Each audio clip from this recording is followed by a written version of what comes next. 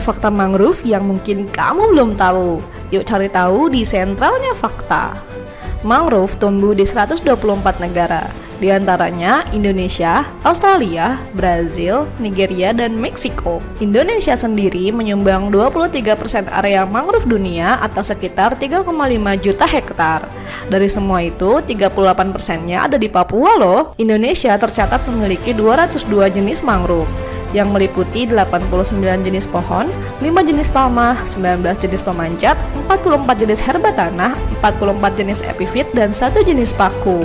Di antara semua itu, ada 14 jenis mangrove yang langka, seperti Amia manisomeres dan Oberonia rhizoporeti. Mangrove merupakan penyelamat pantai. Mangrove patut dilestarikan karena perannya yang sangat penting. Mangrove mampu menyelamatkan pantai dari gelombang, angin, dan badai.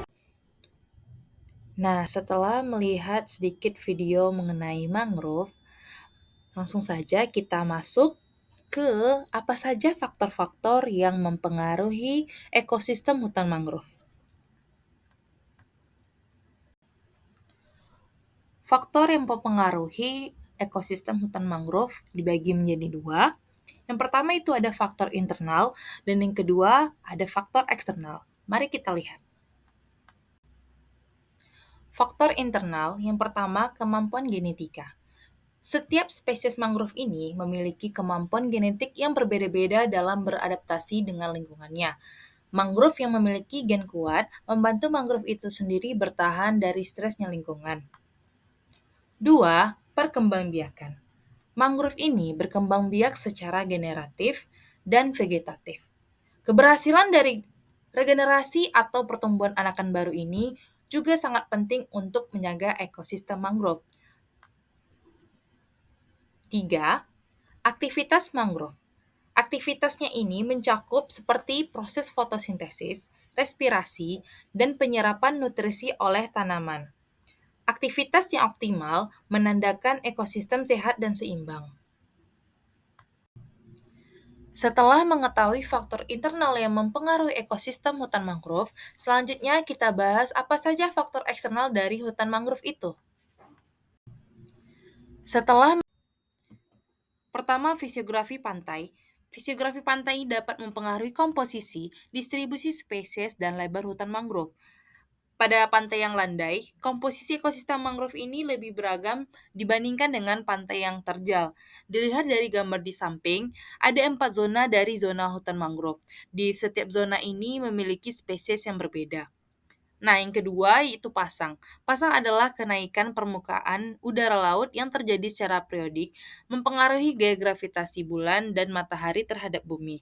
Pasang ini juga mempengaruhi perubahan salinitas, distribusi vertikal organisme, struktur dan kesuburan mangrove itu sendiri, komposisi spesies dan distribusi areal yang digenangi berbeda-beda, menurut dengan durasi pasang atau frekuensi pengenangan yang terjadi.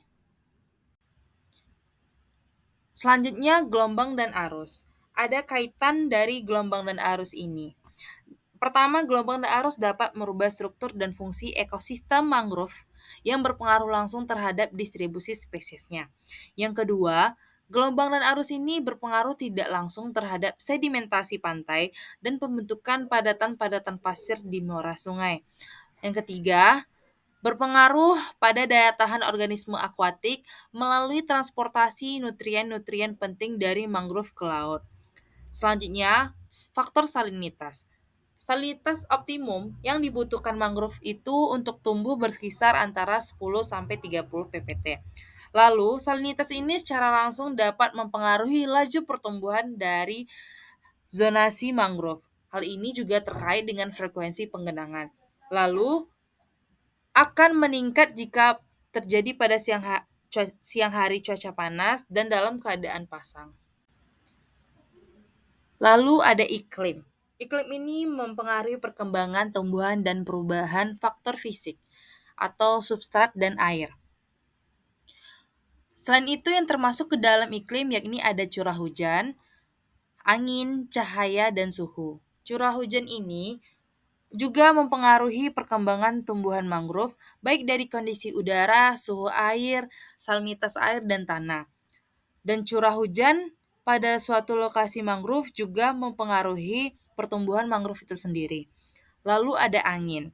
Angin mempengaruhi terjadinya gelombang dan arus, yang merupakan agen polinasi dan diseminasi biji sehingga membantu terjadinya proses tumbuhan mangrove. Lalu ada cahaya yang berpengaruh terhadap fotosintesis, respirasi, fisiologi, dan struktur fisik mangrove. Lalu ada suhu yang juga berperan penting dalam proses fisiologis, fotosintesis, dan respirasi. Kemudian derajat keasaman. Nilai pH dari hutan mangrove ini berkisar 8 sampai 9. Nilai pH yang tinggi lebih mendukung organisme pengurai untuk menguraikan bahan-bahan organik yang jatuh di daerah mangrove. Yang bernilai pH tinggi secara nisbi mempunyai karbon organik yang kurang lebih sama dengan profil tanah yang dimilikinya. Lalu ada tanah, faktor tanah. Faktor tanah di hutan mangrove ini memiliki ciri yang selalu basah, mengandung garam, oksigen sedikit, lalu berbentuk butir-butir dan kaya akan bahan organik. Tanah mangrove ini juga umumnya kaya dengan bahan organik yang mempunyai nilai nitrogen yang tinggi, lalu kesuburannya juga bergantung pada aluvial yang terendap. Faktor eksternal berikutnya, yakni oksigen terlarut. Oksigen ini berperan penting dalam dekomposisi serasa karena bakteri dan fungsinya yang bertindak sebagai dekomposer yang membutuhkan oksigen untuk kehidupannya. Oksigen ini juga berperan dalam proses respirasi dan fotosintesis.